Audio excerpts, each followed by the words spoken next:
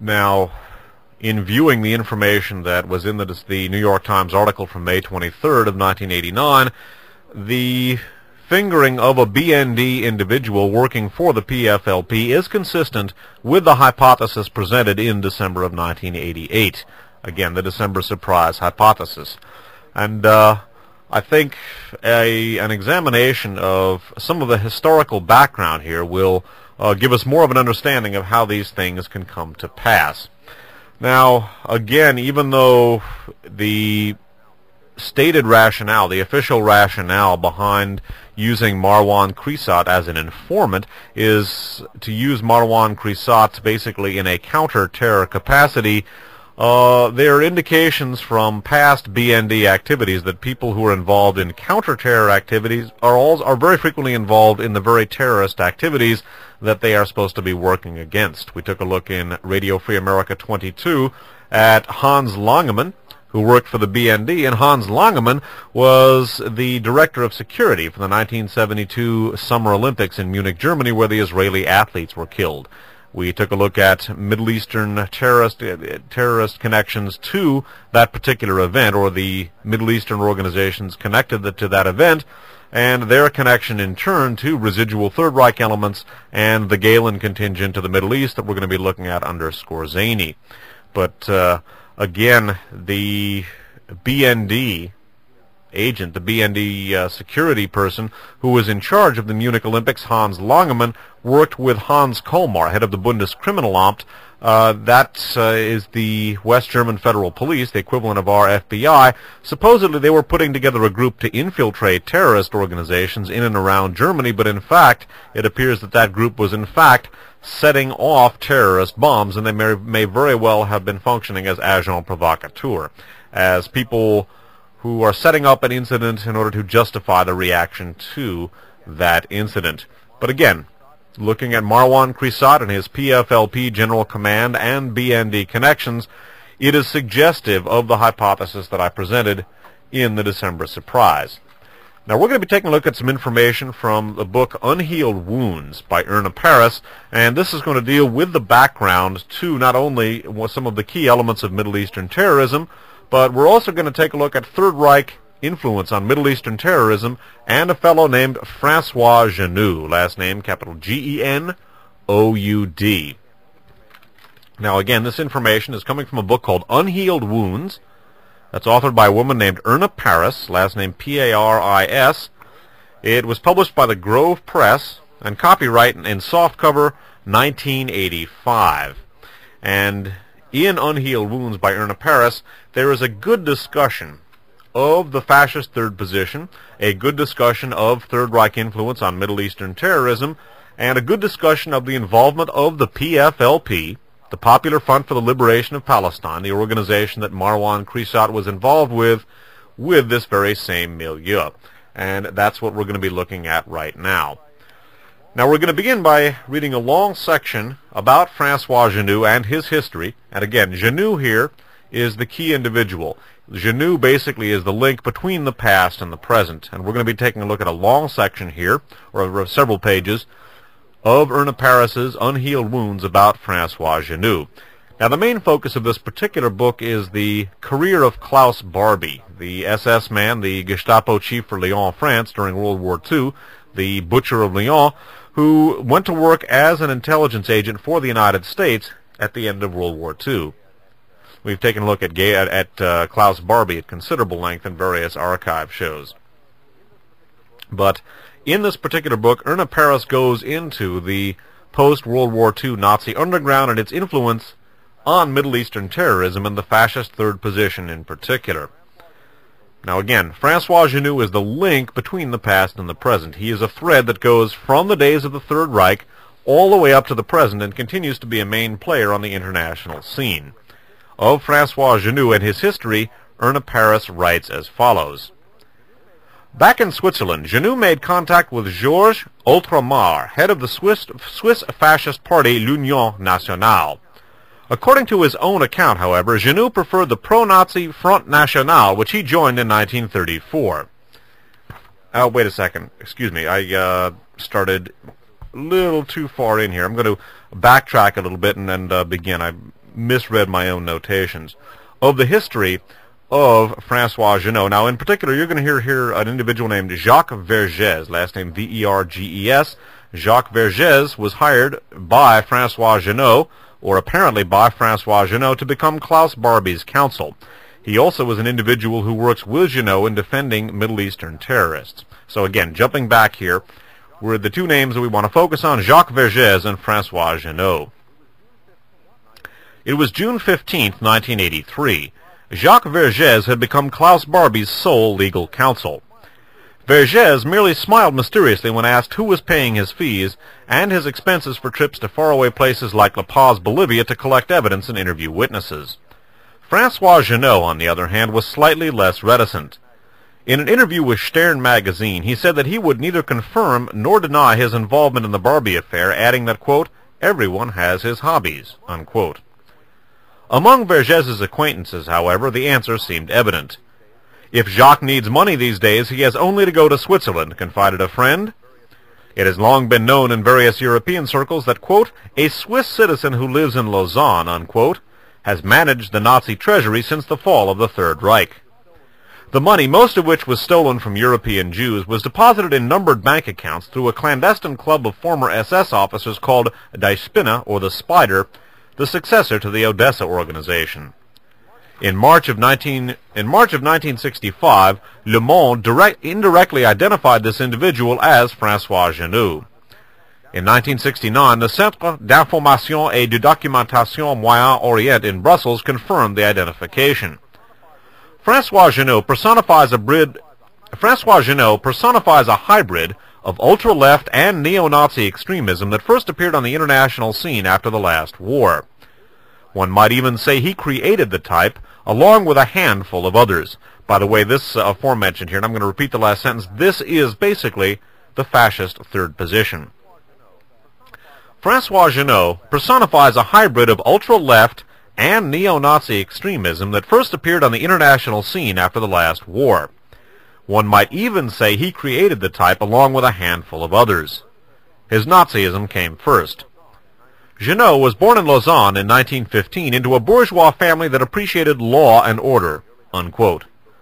In the early 1930s, before Hitler came to power, his parents sent him to Germany in hope that he would pick up some of the discipline of the emerging new regime. During his stay, Jeannot was introduced to Hitler and actually shook his hand. He read Hitler's writings and found them very relevant, quote unquote. The teenager was an instant convert. François Jeannot returned to Switzerland a convinced Nazi and has never lost his faith. Back in Switzerland, Jeannot made contact with Georges Outramare, O-L-T-R-A-M-A-R-E, head of the Swiss fascist party L'Union Nationale. According to his own account, however, Jeannot preferred the pro-Nazi Front National, which he joined in 1934.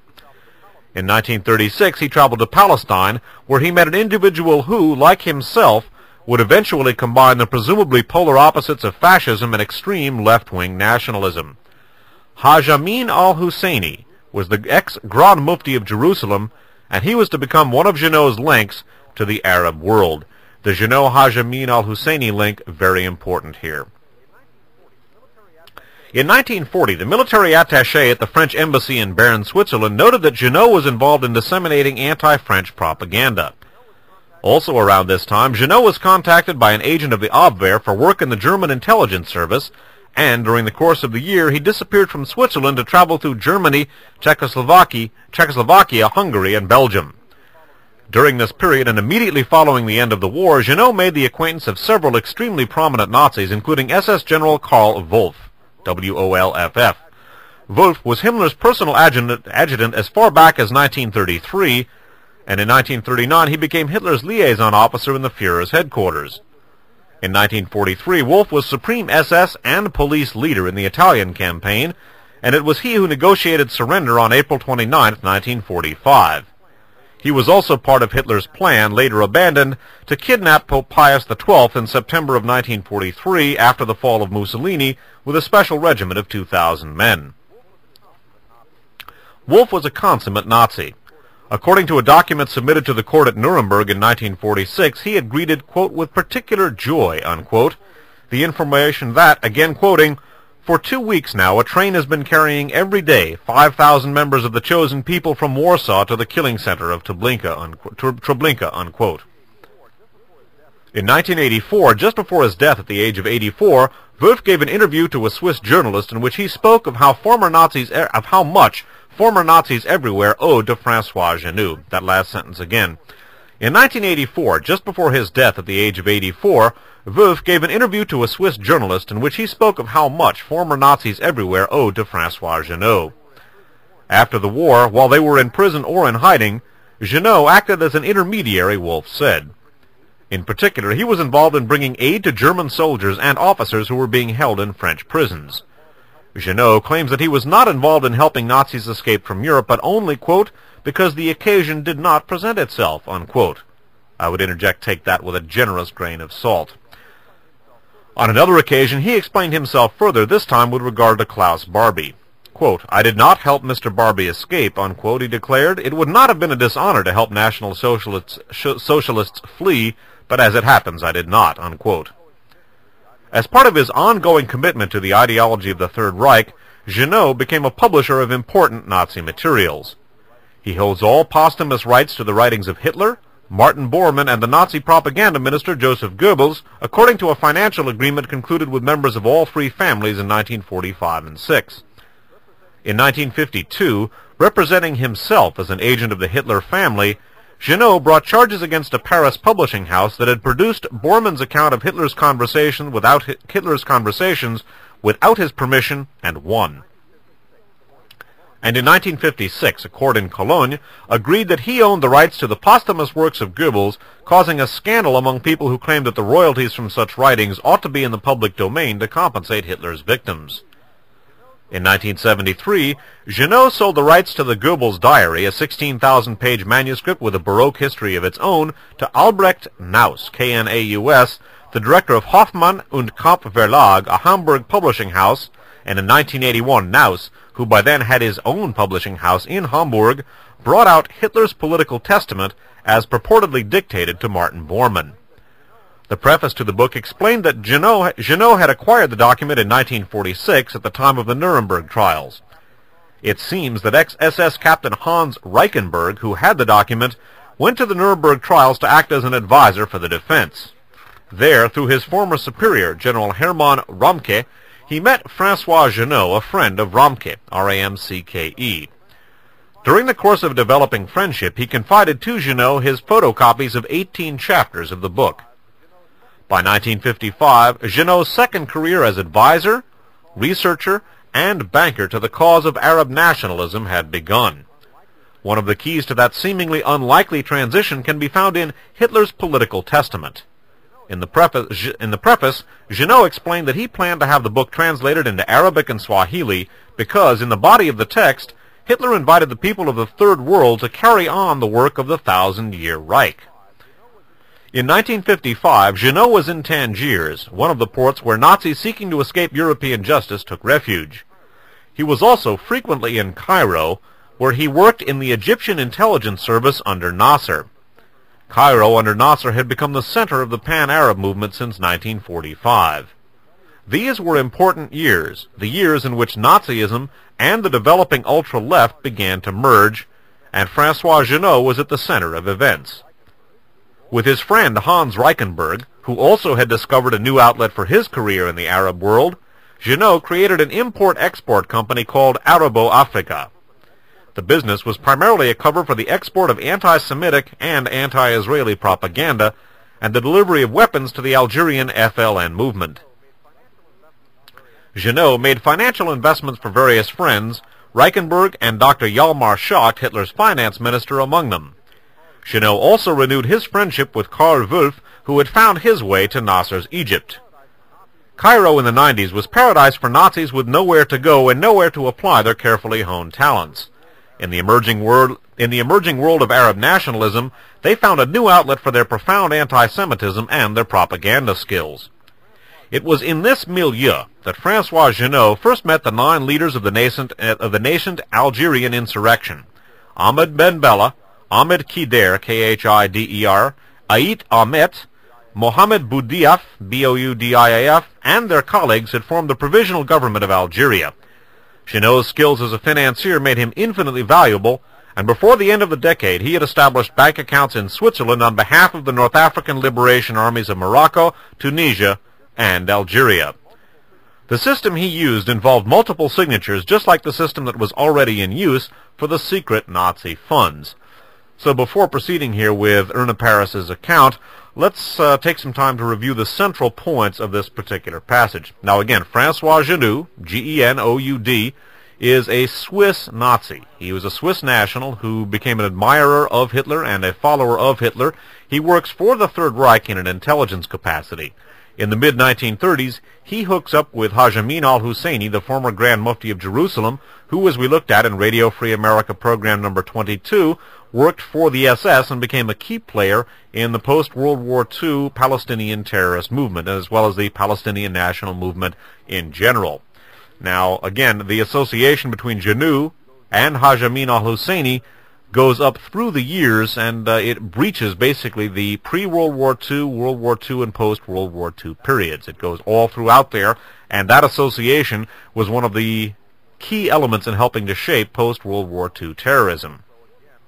Now, note also, again, that Francois Genoud works for the Third Reich in an intelligence capacity. After the war, he becomes, to a certain extent, the banker for many of the funds secreted away by the various denizens of the Third Reich, by the participants of the Third Reich, both to ensure their protection after the war and also to help finance Nazi activities after the conclusion of hostilities, because there remained a very virulent post-World War II Nazi underground. Not only did the Nazis have a lot of time to plunder Europe and to stash the wealth away to finance post-World War II activities, but their incorporation into the national security establishment of the United States and other countries gave them a very real and contemporary political power base. So take a look at Francois Genoud's role again as a banker, one of the main bankers for the post-World War II Nazi treasury. Take a look also at his role in helping to publish many of the memoirs of key Third Reich officials, and also as the individual who published Hitler's political testament, or the individual in charge with the original manuscript purportedly documented or dictated to Martin Bormann. And again, Hitler's political testimony, according to the information presented here, basically invited the people of the Third World to carry on the work of the Thousand-Year Reich. That's worth bearing in mind in connection with the fascist third position. And again, bear in mind the Skorzeny-Galen contingent to the Middle East in the mid-1950s. Now, we've taken a look at this in Radio Free America shows numbers 3 and 22 as well. Now, in the mid-1950s, shortly after Gamal Abdel Nasser overthrew King Farouk in Egypt, the United States wanted to establish friendly relations with Nasser. At the same time, it did not want to alienate Israel. Nasser, in turn, wanted to formalize his intelligence service. He had no real intelligence service. Although he had a few intelligence operatives, he wanted to establish an intelligence service. He also wanted to establish a general staff. Basically, he contacted the United States and contacted Allen Dulles at the CIA. The CIA did not want to alienate Israel by sending regular CIA operatives, and in a sort of a strange twist, what they did was they, in turn, called on Galen, who sent a bunch of Third Reich alumni to the Middle East, to Cairo, which again was the center of the Pan-Arab movement since 1945, and there this group, which was headed up by former SS Colonel Otto Skorzeny, and this group involved not only key SS and Gestapo veterans, but many war criminals of the first magnitude, this group set up the Egyptian intelligence service. They set up the first Egyptian general staff, and later this same contingent set up the Libyan secret service for Muammar Gaddafi in the late 60s. So again, in the mid-50s, Nasser turns to the CIA to set up his intelligence service, and the CIA in turn turns to Galen. Galen dispatches a bunch of key SS and Gestapo people, many of them notorious war criminals. They are headed up by Otto Skorzeny. They set up the Egyptian intelligence service and the Libyan intelligence service, and it is while this group is in the Middle East that they set up the first Palestinian terrorist groups which operated in the Gaza Strip. Because it's very obvious here, since Francois Genoud had very close ties with the Third Reich before, during, and after World War II, because he also worked for the Egyptian intelligence service, he obviously has to have worked with this group. And again, as we looked at in Radio Free America number 22, Haj Amin al-Husseini, the former Grand Mufti of Jerusalem, wields a key, or played a key role in the development of the Palestinian national movement and their more extreme elements in particular. So those are the major points of this particular passage. Take a look again. Let's review them again. Francois Genoux works for the Third Reich in an intelligence capacity, hooks up with Haj Amin al-Husseini when both are working for the Third Reich. That association remains constant throughout the post-World War II years. Genoux works with the Skorzeny-Galen contingent in the Middle East, forming the Egyptian intelligence service. And Genoux also works as the post-World War II banker, not only for the post-World War II Nazi underground, but also for many of the emerging Middle Eastern nationalist movements as well, particularly the Palestinian National Movement, as well as the aforementioned FLN. That was the Algerian organization that was fighting on behalf of Algeria for independence from France during the Algerian War. Next, we move to Bandung, Indonesia in the mid-1950s, and we're going to see what happened to, at least to a certain extent, what happened to the Grand Mufti after the end of World War II. Bear in mind, this is, as we looked at in Radio Free America 22, this is a former SS major. In 1939, Amin al-Hussein, the ex-Grand Mufti of Jerusalem, took refuge from the British, escaped to Germany, and attached himself and his followers to the Nazi cause. Heinrich Himmler, the SS chief, was delighted. It wasn't every day that a regiment of sympathetic Muslims joined the German war movement. Himmler respected the Mufti and often complimented him on his blue eyes, which he liked to describe as appropriately Nordic, unquote. But it was in a written tone to the Mufti that Himmler eventually struck a chord that would resound as a leitmotif for the future and survive 4 decades to influence the context of the Klaus Barbie affair. Quote, "The struggle against Judaism is at the very heart of the natural alliance between National Socialism and those Arab Muslims who burn with a desire for freedom," he wrote. "This alliance will endure until the final victory." In 1955, the Mufti resurfaced at the seminal conference of Bandung, Indonesia, where the idea of the Third World first took hold. 29 countries from Africa and Asia, representing more than 1/2 of the world's population, sent delegates to discuss common problems with an emphasis on colonialism. Among the Arab countries, however, hatred of Israel quickly emerged as a common theme. The representative from Iraq spoke of the force of evil, unquote, and called Zionism one of the blackest, most somber chapters in human history, again, unquote. Nasser had a few choice words to say in a similar vein, but the most surprising and convincing polemic of all came from Amin al-Hussein, who arrived on a surprise visit as the representative of Yemen, a country he had apparently never seen, and proceeded to reveal to the collected constituents that the real ambition of Israel was to annex the entire Middle East. So again, take a look here at the role of Haj Amin al-Hussein, or Haj Amin al-Husseini, the former Grand Mufti of Jerusalem, former SS major, in the emerging Third World movement. And again, notice the direction in which he sought to influence it. Again, to a certain extent, his direction was successful. Now we're going to jump from the mid-50s to 1969, and again we're going to see Francois Genoux. We're going to see the Grand Mufti of Jerusalem.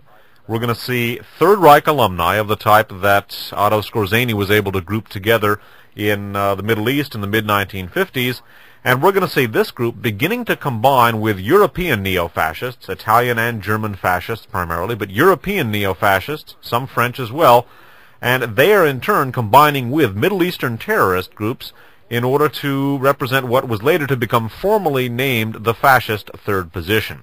And again, it is this collaboration, Third Reich alumni, European neo-fascists, and Middle Eastern terrorist groups, which we're looking at in the background of the bombing of PanAm Flight 103.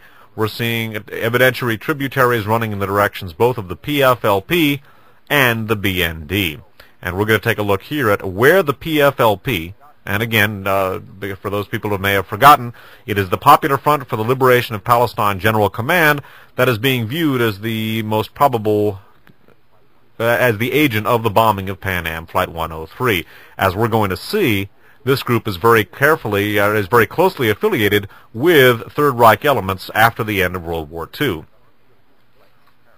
Returning again to Unhealed Wounds by Erna Paris. Now again, we're jumping from the Bandung Conference of the mid-50s to the late 60s. In April of 1969, a Congress of the neo-Nazi Neue Europäische Ordnung was held in Barcelona with 50 delegates from Europe and Latin America, most of them former SS officers, nostalgic Vichyists, and Franco supporters. By the way, Vichyists refers to French fascists who supported the pro-Nazi Vichy puppet government that ran much of France on behalf of the Third Reich during World War II. Continuing here with Erna Paris's account. The new European order had been a strictly Nazi-oriented outfit, but now, 15 years later, the focus of their international meeting was the Palestinians. Yasser Arafat sent a representative from El Fatah to explain the needs of the PLO and present two requests. The first concerned the need to recruit non-Arabs for sabotage operations, fundraising, arms supply, and the mobilizing of mercenaries and foreign instructors for training camps. The second request was for money for the dissemination of anti-Zionist propaganda in Europe and South America, including a wider distribution of the protocols. The El Fatah representative convinced several former Nazis to work directly for the cause. Karl van de Putte, a Belgian who had served Germany in the Afrika Korps, offered to recruit young Europeans with military experience for El Fatah. Former Nazi officer Johann N. Schuler was already involved in arms sales to El Fatah. He had also begun to recruit former Nazi officers as instructors in El Fatah guerrilla training camps. Even the ubiquitous ex-Grand Mufti of Jerusalem turned up in discussion.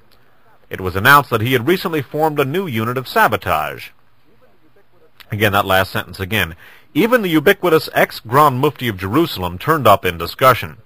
It was announced that he had recently formed a new unit of sabotage. Palestinian leaders began advertising in the National Zeitung in Munich, asking for volunteer war correspondents with tank experience, unquote, to fight Zionist imperialism. By the late 1960s, satellite television was able to transmit events all over the globe, rendering the possibilities for propaganda almost limitless. Quote, "We think that killing one Jew far from the field of battle is more effective than killing 100 Jews on the field of battle because it attracts more attention," unquote, Dr. Habash confided several years later in an interview with Oriana Fallaci. That, by the way, is Dr. George Habash, last name Habbash. Remember that name, because who does he work for? The PFLP, the Popular Front for the Liberation of Palestine, an organ of which is being fingered as the probable conspirator behind, or the main conspirator behind the bombing of PanAm Flight 103. Of Habash, Erna Paris writes, Dr. Habash confided several years, let's repeat that last sentence. "We think that killing one Jew far from the field of battle is more effective than killing 100 Jews on the field of battle because it attracts more attention," Dr. Habash confided several years later in an interview with Oriana Fallaci. It is worth noting that he spoke of Jews and not Zionists as the targets of terrorism. Before 1970, his PFLP had hijacked several foreign planes in full view of an international audience and blown up 4, killing Jews and Gentiles alike. So again, we're beginning to see the elements that we saw in the Third Reich. We're seeing Francois Genoux and the Grand Mufti of Jerusalem, and we're looking at how they branch out into the post-World War II period. And now we're taking a look at how European neo-fascists, Third Reich alumni, the Grand Mufti, and Middle Eastern terrorists, including the PFLP, are beginning to band together in the fascist third position. We're going to take a look at Francois Genoux's role in this after a musical break in just a couple of minutes. So again, we're going to take a musical break here and then back with more of One Step Beyond.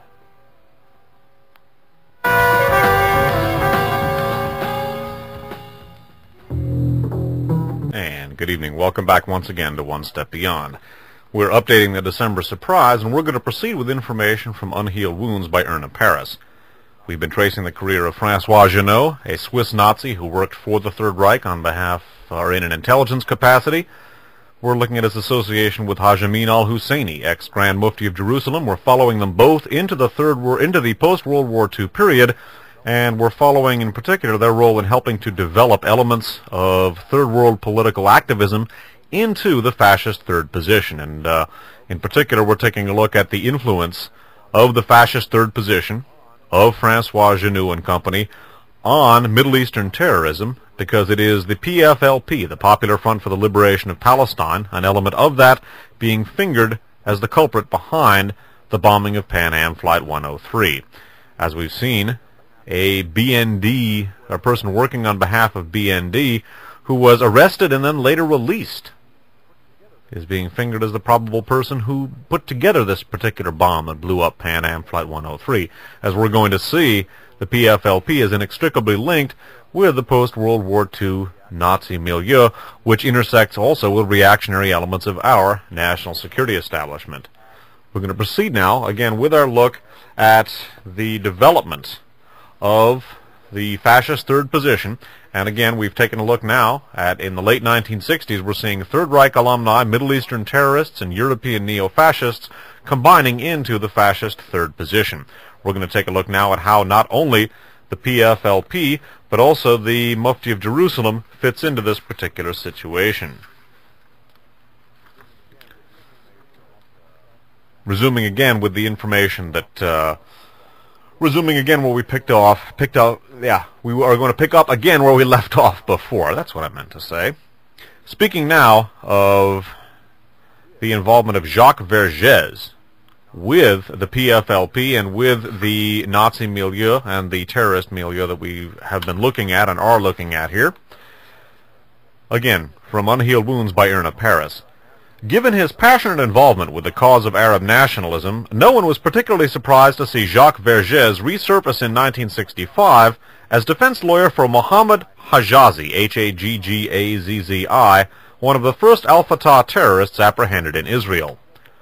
Since the sensational FLN trials, recall that's the Algerian National Movement, Vergès' reputation had grown considerably, and he was asked by Arafat to take on the Hajjazi case and politicize it in his own way. In particular, the PLO leadership wanted him to hold an international press conference in which he would level accusations at Israel.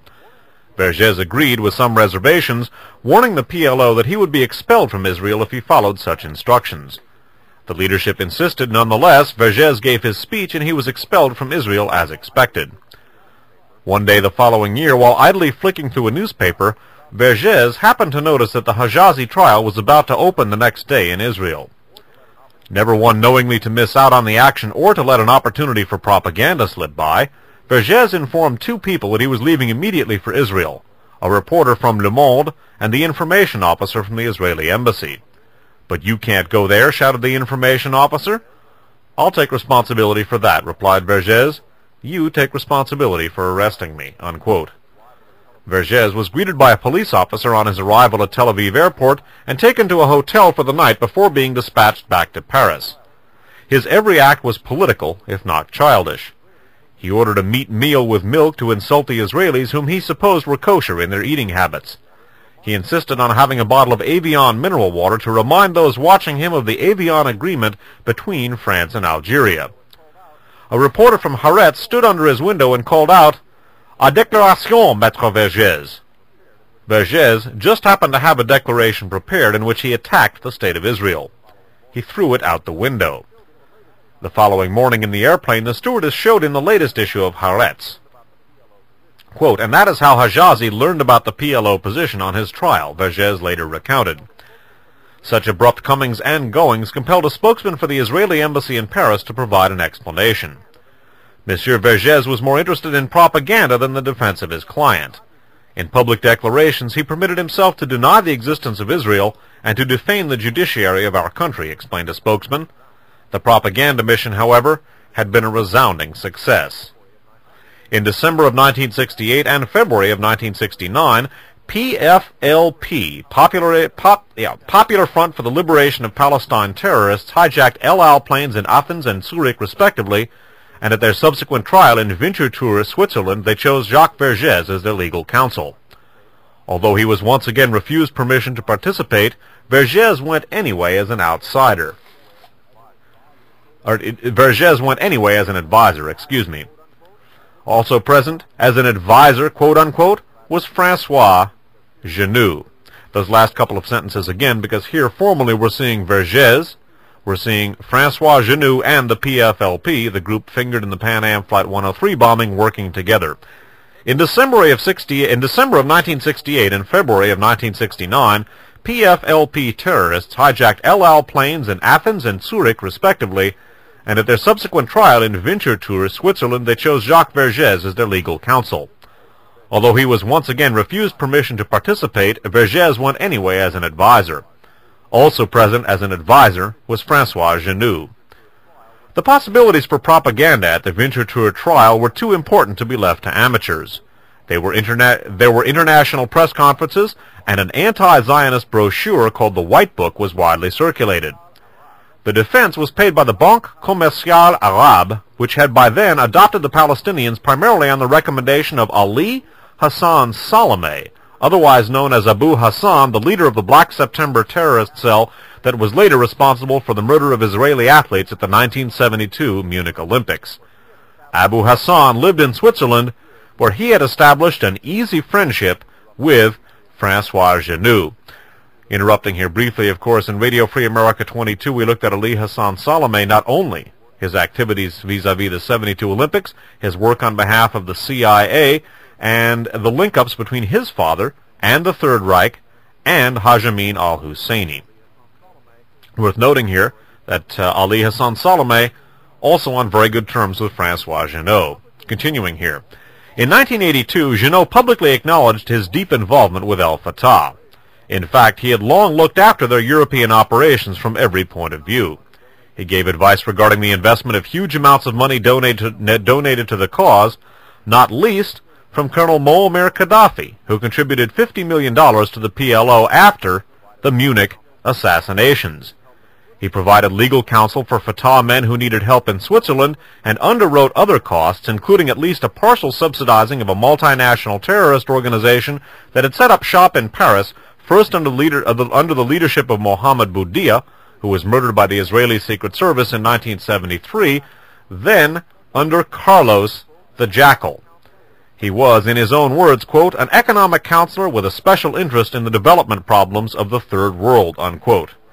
Indeed, his interest in development problems, quote-unquote, led him to continue his business dealings as an arms merchant specializing in sales to the Palestinians. So again, we see Genoux not only hooked up with Muammar Gaddafi, the same Muammar Gaddafi whose Secret Service was put together by the Skorzeny-Galen contingent mentioned above, who also, of course, worked with François Genoux, the same Muammar Gaddafi who works with Otto Skorzeny, in bankrolling the Paladin Mercenary Group, a fascist mercenary group, which in turn is part of the International Fascista. We've spoken about that in RFA's number 4. We came back to that in RFA 19. We've come back to that in RFA 22 and in RFA number 30 as well. It's worth noting here again that Carlos the Jackal, who, like Muammar Gaddafi, has contacts with the Turple Wilson team, the secret team that we've spoken about so often in the past. They also intersect with, that is to say, Carlos the Jackal also intersects with François Genoux, just like Gaddafi. And again, we see these elements combining now into what eventually is to become the fascist third position. Now again, PFLP is one of the main elements we're focusing on here. We're going to continue to view this development and the PFLP's involvement with this milieu, including Jacques Vergès, including François Genoux, in Erna Paris's Unhealed Wounds, continuing with that book. But it was 1982, before the connections between the Palestinian left and the Nazi right resurfaced anew, and once again Jacques Vergès was a principal player in the drama. So was his old friend François Genoux.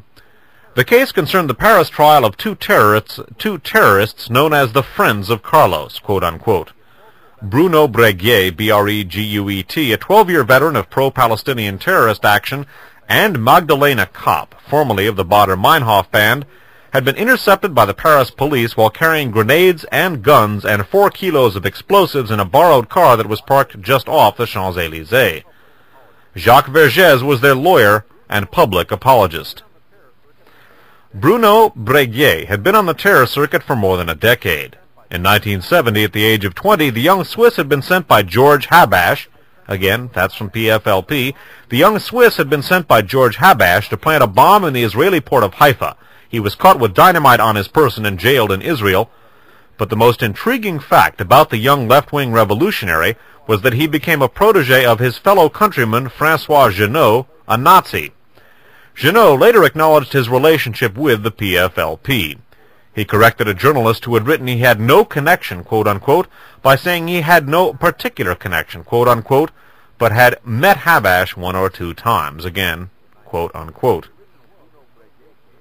In 1970, when the original Bruno Breguet case broke in Israel, Genoux, who was, in his own words, very available, traveled to Breguet's hometown of Tessen, Switzerland, to meet with the young man's family. They were lovely people, he recalled, with the mildness of a fond uncle. I tried to help them, quote-unquote.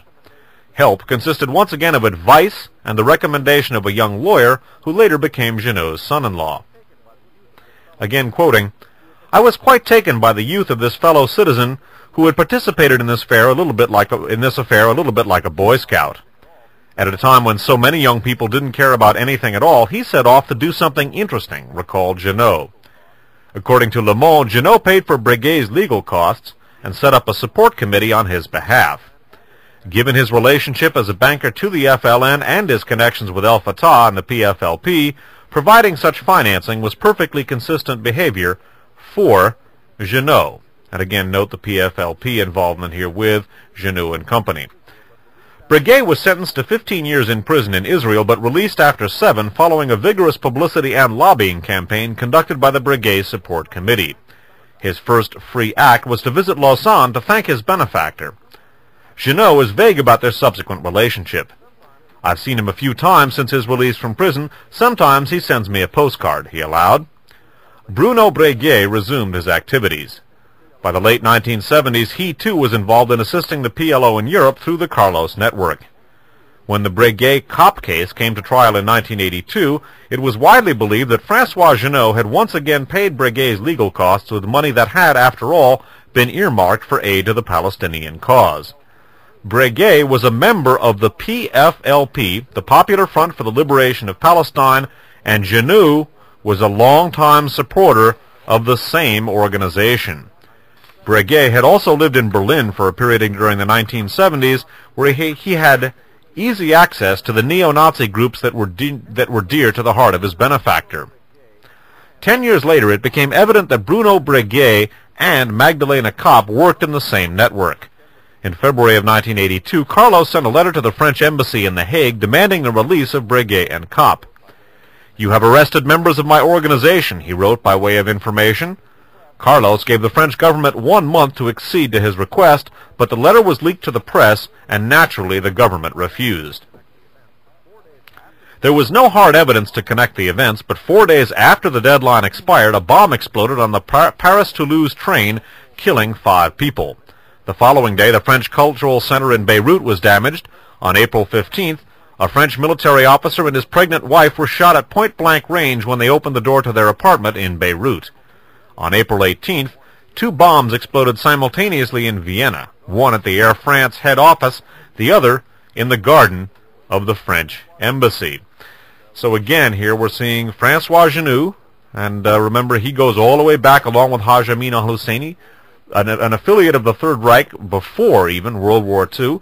They both, Haj Amin al-Husseini, that is, and Genoux, become key players on the post-World War II terrorist scene, specifically in the Middle East, and Haj Amin al-Husseini, but more importantly, François Genoux, work with the Skorzeny-Galen contingent that puts together Nasser's and Gaddafi's secret services, and they go on to be key players in the uniting of Third Reich elements, European neo-fascists, and Middle Eastern terrorist organizations into the fascist third position.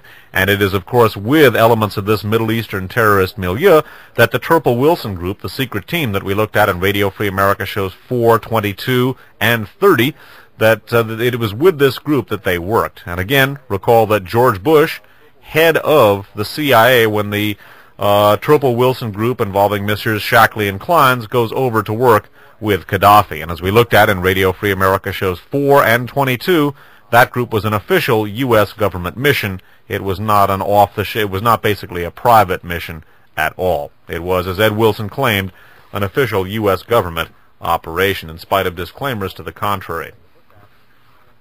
Now, the last item here that we're going to take a look at involves basically taking the same group all the way up to the present. And again, it is in this time period, 85-86, that we're looking at some of the key machinations vis-a-vis the Iran-Contra scandal. We're now going to be looking at events in Europe, in the mid-1980s, and it was in this part of the world at this time that many of the events that bear directly on the Iran-Contra scandal were going on. And in particular here, we're going to take a look at Abu Abbas and his association with a German neo-Nazi named Ottfried Hepp.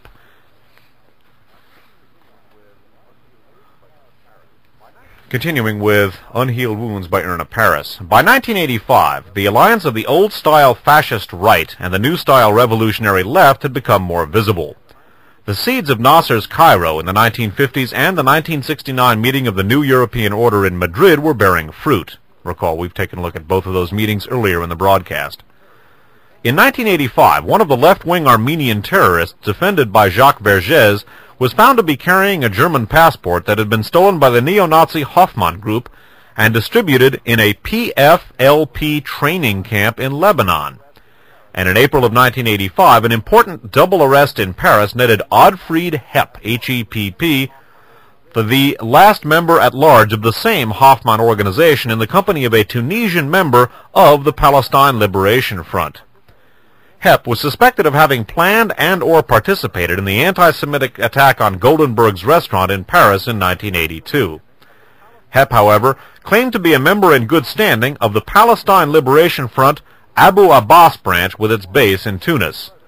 According to Arndt Heinz Marx, associate president until his arrest in 1984 of the neo-Nazi National Socialist Front in Frankfurt, both Hepp and Marx trained in an al-Fatah camp in Lebanon from July of 1980 until June of 1981 with a group of 15 German neo-Nazis. I was a member of al-Fatah, Fedayeen, said Marx. Al-Fatah and the PLO are fighting for the rights of their people as we are fighting for the German people. The Palestinians and ourselves have the same enemy, international Zionism and the Jews. Marx added that guerrillas training in Lebanon were not intending to attack Israel directly, but were preparing, quote, for combat in Europe, unquote. As for François Genoux and his connections to both Nazism and the extreme left were evident and ongoing. In June of 1984, a Zurich newspaper pointedly reported that he had close ties with the Libyan embassy in Bern, and his own daughter Martine had been married to a revolutionary who was killed in internecine battle in Lebanon in the early 1980s.